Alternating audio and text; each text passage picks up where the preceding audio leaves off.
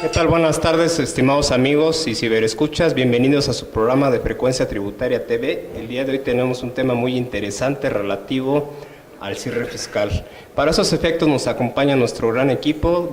Voy a presentar de este lado a Alfredo Reyes. Alfredo, ¿cómo estás? Buenas tardes. Bien, mi estimado Walter, muy bien. Contento de estar aquí en estos nuevos segmentos FTV. Y nos acompaña también haciendo su debut Cuitláhuac Soria. Cuitláhuac, ¿cómo estás? Muy bien, muchas gracias por la invitación, Walter. Y pues aquí vamos a hablar de este tema que es muy importante. Vamos a dar varios comentarios. Perfecto. Luis, ¿cómo te ha ido? Bien, todo bien, mi estimado Walter López. Bienvenido a este programa, su servidor Luis César González. Y por acá nos acompaña también Joaquín Flores. Hola, ¿cómo están? De regreso aquí con ustedes. Muchas gracias por la invitación. Bienvenido. ¿Sí? Y nuestro amigo también y colega José Alfredo Zaragoza. Hola, ¿qué tal? Muy buenas tardes, muy buenos días. Un saludo para todos los que nos siguen. Excelente. Pues bueno, pues para empezar el tema, no sé, Joaquín, si quieres empezar con algún tema interesante que deben tener en cuenta los contribuyentes para efectos de su cierre fiscal. Bueno, mira, pues con la idea de llevar quizás un orden, me gustaría empezar la importancia que tienen los papeles de trabajo en el cierre fiscal, ¿no? Tenemos papeles de trabajo para el ajuste anual por inflación, deducción de inversiones, la conciliación contable fiscal, un acumulado de balanzas. Me parece que es muy importante tener buenos papeles de trabajo, bien hechos, funcionales y que sean prácticos. Muy bien. Alfredo, ¿tú consideras a lo mejor que pudiéramos llevar a cabo un cierre fiscal antes de poder cerrar los números finales, es decir, antes de cerrar el año? ¿Es conveniente hacer digamos, tipo precierre?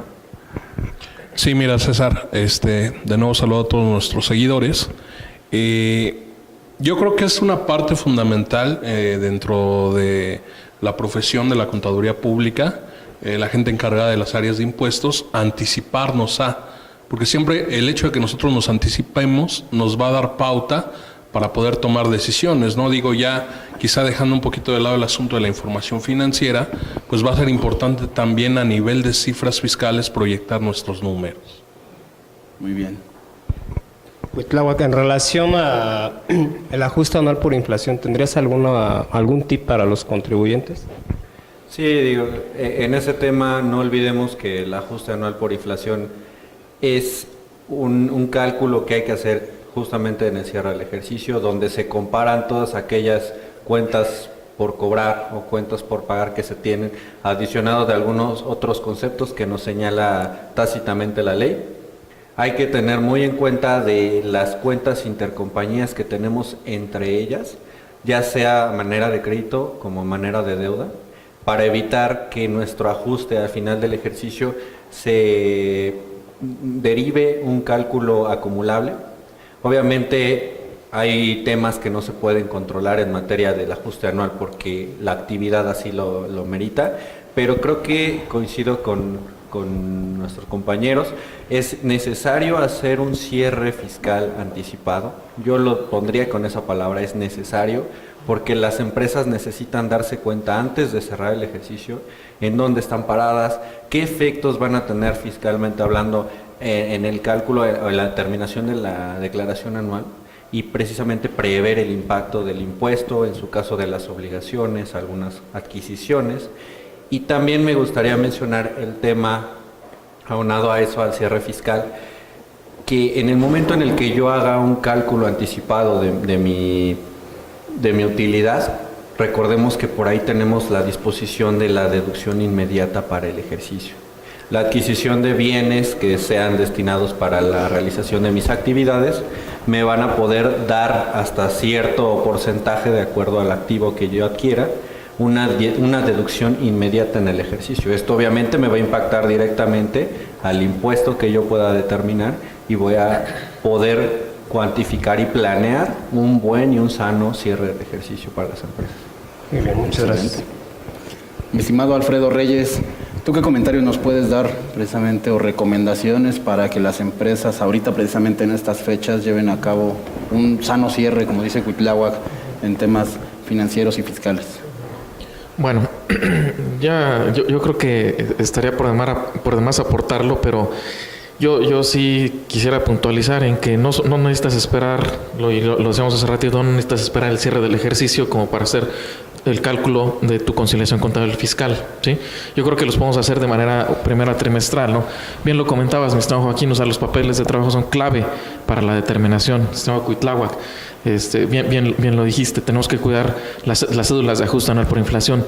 Pero ahora, yo también me atrevería a ir más allá, ¿no? O sea, todos estos papeles de trabajo sirven para las determinaciones, inclusive posterior del cierre de las declaraciones informativas, si me permiten así decirlo, pues porque no solamente calculamos la conciliación contable fiscal, ¿no? Sino que conlleva reportar una serie de información consecutiva a o la declaración anual o a las declaraciones informativas que hoy todavía tenemos vigentes, ¿no?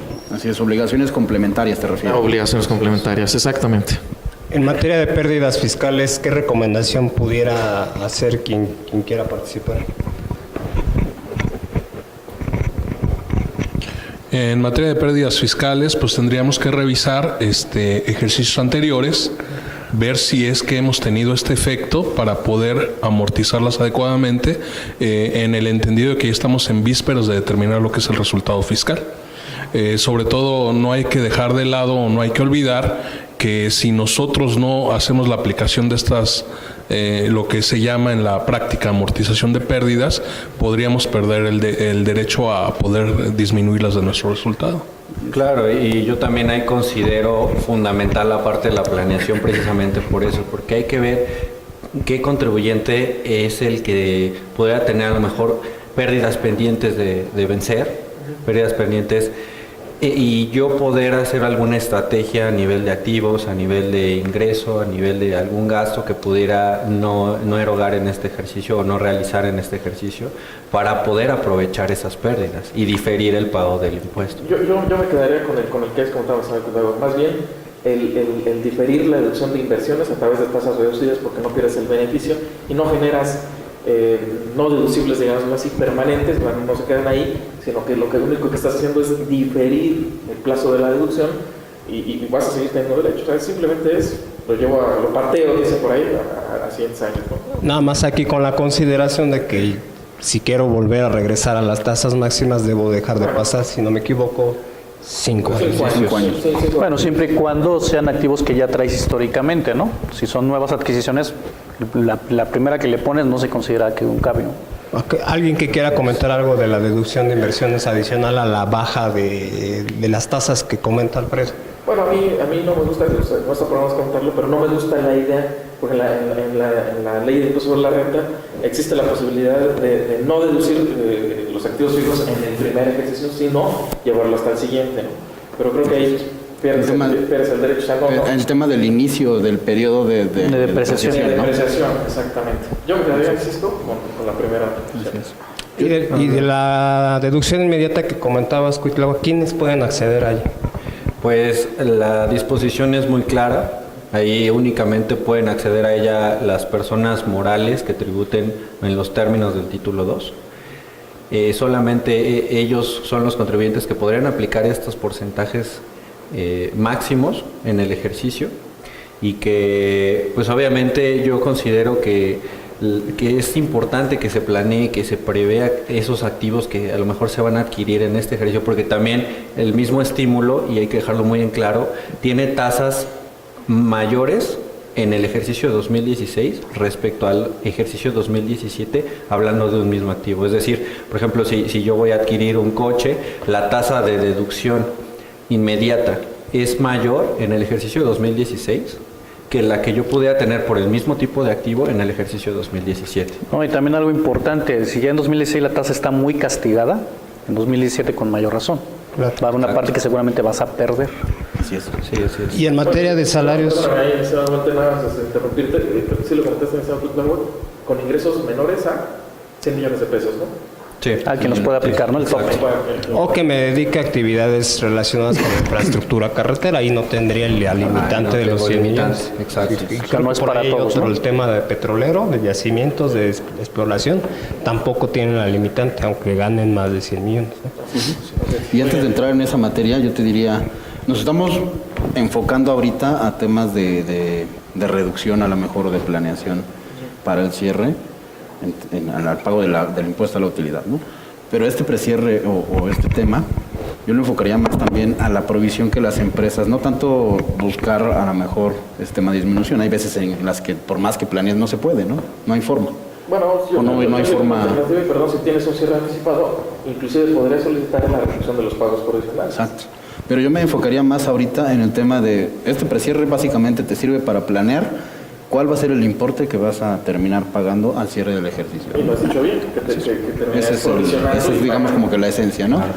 Volviendo un poco al inicio, perdón que los interrumpa, Alfredo comentaba, bueno, es que para qué esperarnos a un cierre, que si esto lo podemos ir haciendo bimestral o trimestralmente, pero la realidad es que vemos que muchas veces allá afuera, pues el departamento contable tiene cargadas demasiadas obligaciones, no estoy diciendo que sea en todos lados, y finalmente cuando estamos en vísperas de que finalice el ejercicio, muchas veces cuando volteamos a ver esta parte, que quizá, digo, no está por demás lo que comenta el colega, pues sí sería bueno irlo anticipando, pero desafortunadamente muchas de las veces no se hace, ¿no? Entonces es un momento, yo siempre lo he equiparado, o ya en algunas otras ocasiones he hecho el comentario, así como en lo personal a veces cerramos el ciclo, el fin del año, pues de voltear a ver qué es lo que estamos haciendo bien, amarrar saldos, referentes también a todo lo que tiene que ver con contabilidad electrónica, como estamos pagando en este caso, digo, independientemente que estamos acreditando IVA y viendo que cumplamos con los requisitos de acreditamiento, pues ¿por qué no voltear a ver el asunto de cumplir con los requisitos en los comprobantes fiscales, ¿no? Que dicho sea de paso, esa normatividad continuamente está siendo muy dinámica, ¿no? Sí, correcto. Sí, fíjate que esa idea me gusta, yendo con el tema del precierre, observar todos los requisitos que tienen las demás deducciones, ¿no? Es correcto. O sea, y lo podemos hacer desde, inclusive mes a mes, ¿no? Desde contar con el CFDI, que esté timbrado, los CFDIs de nómina, que hayan sido pagados, o sea, toda la serie de requisitos que debemos de cumplir para el tema de deducibilidad, ¿no? Es correcto. En materia de salarios, ¿qué es lo que debe cuidar las personas morales en su cierre? ¿Alguien que quiera platicar? Obviamente, bueno, el tema que comentamos, que estén timbrados los CFDIs de nómina. Eso es muy importante, ¿no? Es muy importante. Claro, que aunque parece algo simple o tonto, a muchos no lo hacen. Que estén enterados, por ejemplo, las cuotas de seguridad social, cuando no tengamos ahí un default, que estén debidamente registradas en contabilidad. También el tema que va relacionado con la conciliación del amarre de provisiones de nómina. Así es. O sea, sabemos que hay provisiones contables meramente y darles el efecto fiscal correcto. Sí. O sea, ¿Cómo cuál? no sé, un bono, por ejemplo. Que se deducirá el pago, ¿no? O lo puedes deducir desde que esté devengado, ¿no? No necesariamente al flujo, solamente ¿no? siempre que sea gratificaciones, ¿verdad? Claro, Otro tipo de provisión no. No, porque por ejemplo ahí tenemos las obligaciones derivadas de la aplicación de normatividad contable y pues esas quedarían fuera, ¿no? Sí, el D3, ¿no? Exactamente, hablando de D3. Correcto. Y por ahí también es importante tener en consideración que ya tenemos en entrada una nueva ley del ISR con algunas modificaciones básicas. Por ejemplo, yo le podría recomendar a las empresas que van a invertir en coches y que están pensando en hacer inversiones o adquisiciones de coches de propulsión a batería, a diésel, híbridos. Ecológico, no petróleo quizá. Claro, entonces, pues, claro, la deducción, pues obviamente a mí me conviene como asesor decirle a mis clientes, oye, pues espérate hasta que entre la nueva disposición para que tengas un margen un poco más amplio de deducción. Asimismo, también a medida del cierre fiscal y respecto a lo que estamos hablando, creo que es muy importante el CFDI de nómina, todas las implicaciones y todas las especificaciones que nos está solicitando la autoridad en este momento. Hay que recordar que va a entrar un nuevo complemento, ¿no? De ese tema, ¿no? Del CFDI. Y hay que tenerlo listo el 1 de enero de 2017. Y que incluso se menciona que va a aceptar solamente aquellos RFCs que estén correctamente. Así es. Hay un nuevo validador que acaba de salir para poder cubrir ese requisito. Claro. ¿Qué hacemos, por ejemplo, con los que no tienen homoclave, no? Así es. No, y la serie de información que te solicitan en esos nodos es información que el PAC tiene que manejarlo conjuntamente con el contribuyente para llegarse a esa información y que estén ciertos que el 1 de enero van a tener toda esa información para poderlos timbrar. Porque no se pueden dar el lujo de 2, 3 días antes estar recabando esa información porque hay contribuyentes que tienen demasiados empleados y pues obviamente la carga administrativa agregándole la parte del cierre fiscal pues va a ser enorme. O sea, es importante que se empiece a prever desde ahorita. Así es. Ya por último, bueno, al menos en lo que a mi participación respecta, recordando también un poquito cuidar esos aspectos de simetría fiscal. Precisamente vamos hacia el final del cierre del ejercicio, pues habría que ver cumplir con requisitos, sobre todo lo que es el pago efectivo, pues a lo que vendrían siendo personas físicas, lo que vendría siendo sector primario. ¿Sí? Bueno, así es. Yo quisiera nada más aportar lo último y digo, es un tema para más contable, pero yo creo que en parte de nuestra planeación estratégica para el cierre de año definitivamente es la aplicación de los impuestos diferidos y la normatividad que se apega a ella, ¿no? Incluso también quisiera agregar un último punto que me parece muy importante porque es una erogación que tienen muchas empresas multinacionales y que forma parte de un porcentaje superior o un porcentaje importante de sus gastos. Me refiero a los gastos que se realicen al extranjero, porque los FDIs deben de estar timbrados a más tardar en enero del ejercicio. Entonces tenemos que hacer conciencia nosotros los contribuyentes que tengamos estas operaciones, que si no emitimos estos comprobantes en tiempo y forma, todos estos gastos no van a ser deducibles. En teoría. Sí, digo, respecto a algunas opiniones que podríamos llegar a tener y un poco de controversia en el tema, ¿no? Pues muy bien. Perfecto. Yo creo que vale la pena ampliar este tema en el siguiente programa. Les agradezco su participación. Muchas gracias. No, muchas gracias a todos. Nos vemos el siguiente programa. Muchas gracias. Gracias.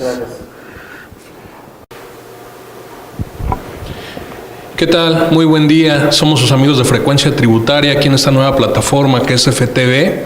Pues aquí gustosos de compartir con ustedes un tema por demás interesante, que es el tema de cierre del ejercicio fiscal. Para ello tenemos aquí acompañándonos a nuestros especialistas, este gran equipo que ustedes ya conocen, que han tenido oportunidad de escuchar y que bueno, nos están apoyando en esta ocasión también. Aquí a mi izquierda tengo al maestro Walter Carlos López Morales y a nuestro especialista Huitláhuac Soria. ¿Qué tal? Gracias por la invitación. Muchas gracias por la invitación. Un saludo a todos. A nuestra derecha tenemos a nuestro nuevo compañero Joaquín Flores. ¿Cómo estás? ¿Cómo te ha ido? ¿Qué tal? ¿Cómo están todos? Gracias por la invitación. Pues vamos a darle, ¿no?, a este programa. Luis César González, ¿qué tal? ¿Cómo estás? Bien, todo bien. Muchas gracias, colegas.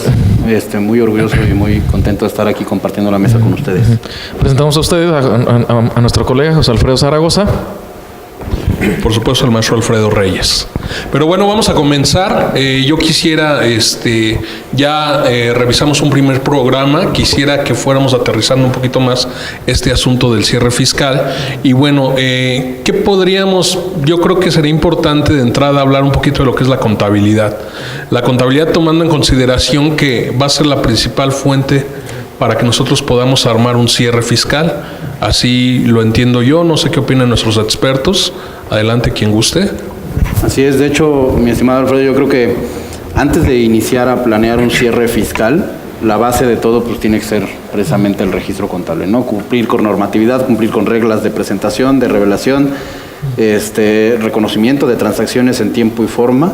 Acuérdense que tenemos digamos ciertos periodos en la vía contable de reconocimiento de transacciones diferentes o distintas al flujo.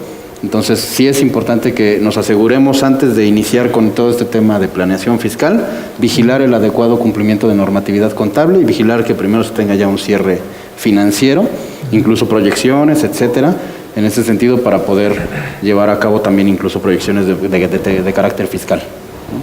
Maestro Joaquín, ¿qué recomendación nos podrías dar al respecto? Bueno, mira, creo que no lo tratamos en el programa anterior. Me gustaría hablar un poco de los ingresos. Los ingresos acumulables, que considera que son ingresos acumulables, y también de los momentos de acumulación, ¿no? Hay que recordar que se tributa en base a devengado, en el título 2, entonces desde que emitimos la factura ya tenemos la obligación de acumular el ingreso. También hay cierto tipo de sociedades que es hasta flujo, como sociedades civiles, por poner un ejemplo. ¿Qué pasa en el arrendamiento? Por ejemplo, en el caso del arrendamiento, pues se acumula, hay una opción, la ley es conforme se van devengando las rentas, o puedes acumular de un inicio todo el contrato, ¿no? Arrendamiento financiero. Arrendamiento financiero, ¿no? Pero también tenemos algunas peculiaridades, ya hablando del tema contable, ¿no? Los anticipos de clientes, ¿no? Hay que recordar que los anticipos de clientes, para efectos contables, son una deuda, y para efectos fiscales es un ingreso, ¿no? Pero obviamente hay que ver de qué tipo de anticipo de clientes se trata, ¿no? El anticipo de clientes como tal, no debe acumularse, porque todavía no hay como tal el perfeccionamiento de la operación, ¿no? Y por otro lado también me gustaría ver en el tema de que hay cierto tipo de ingresos que salen fuera de estos momentos que muchas veces se nos olvida, ¿no? Como por ejemplo puede ser una deuda que nos hayan perdonado, ¿no? Que al año de que se haya consumido esa deuda, la prescripción de esa deuda, ya tenemos la obligación de acumularla, ¿no? Por poner un ejemplo. Hablando de la realización o la materialización de las estimaciones, ¿no? Así es, correcto. Sí, tal vez acompañando con ello, pues la revisión de los saldos contables, que era el tema donde iniciábamos.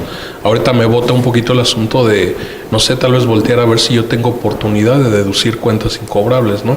Que es un tema que va de la mano con la generación y cobro de los ingresos. Sí, que se haya acumulado previamente. Ok. Pero bueno, bien comentabas, o sea, estamos hablando de quizá de título 2, ¿no? Pero personas físicas, pues creo que también tendremos que tener ciertos controles encaminados al cierre del ejercicio, ¿no? Claro, que van relacionados con el tema y no son del menores, flujo. No son menores Así esos es. controles que debemos de tener. Así es. Cuitláhuac, ¿qué otra recomendación podrías darnos con respecto al cierre del ejercicio?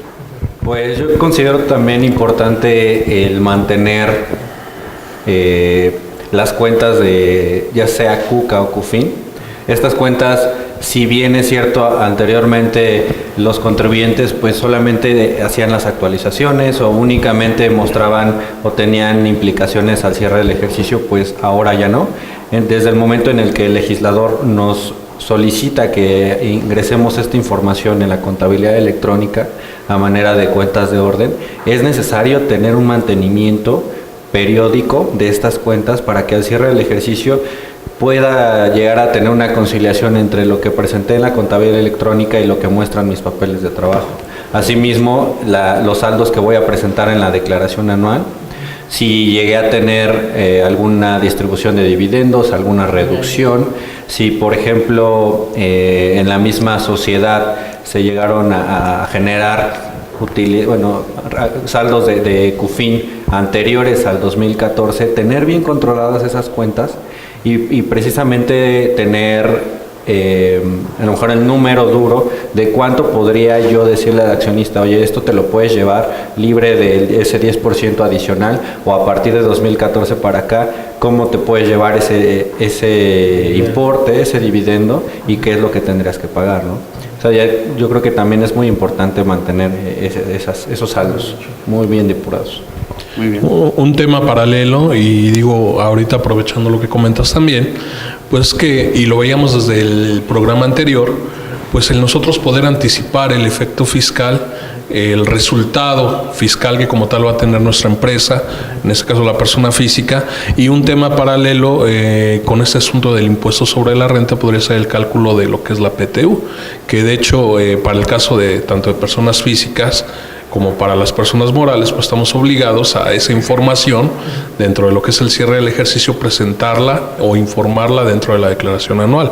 ¿Qué nos puedes opinar al respecto, maestro Walter? Pues bueno, básicamente las bases de la PTU y del impuesto sobre la renta son las mismas, salvo los no deducibles por previsión social, que en el ISR no son deducibles, pero en la PTU podemos decir que sí son deducibles. Y por otro lado también tenemos, básicamente es la única diferencia, digo, salvo que me corrijan, no hay diferencia. Anteriormente sí había un cálculo especial de la PTU con respecto al ISR, y en general, salvo la misma PTU, que no se disminuye en el impuesto sobre la renta, o sea, más bien se disminuye de los ingresos. Recordemos que el ISR se determina disminuyendo de los ingresos las deducciones autorizadas, la PTU pagada, y en caso de darme utilidad, pues las pérdidas fiscales si yo tuviera este tipo de conceptos. Para la PTU van a ser las mismas bases, excepto la propia PTU pagada y las pérdidas fiscales. Es decir, estos dos conceptos no son parte determinante de la base de la PTU. Más bien, mi estimado, lo que tenemos que cuidar hoy, que las bases, tú lo has dicho, sean iguales, ¿no? Porque algunas veces se nos va y nos vamos con las disposiciones de ley anterior, ¿no? Sí, eso es muy común, parece chiste, Parece de juguete, ¿no? Pero hay gente que sigue haciendo el cálculo anterior porque se acostumbra a un formato, quizás. Aunque per se la PTU no es de una deducción, ¿no?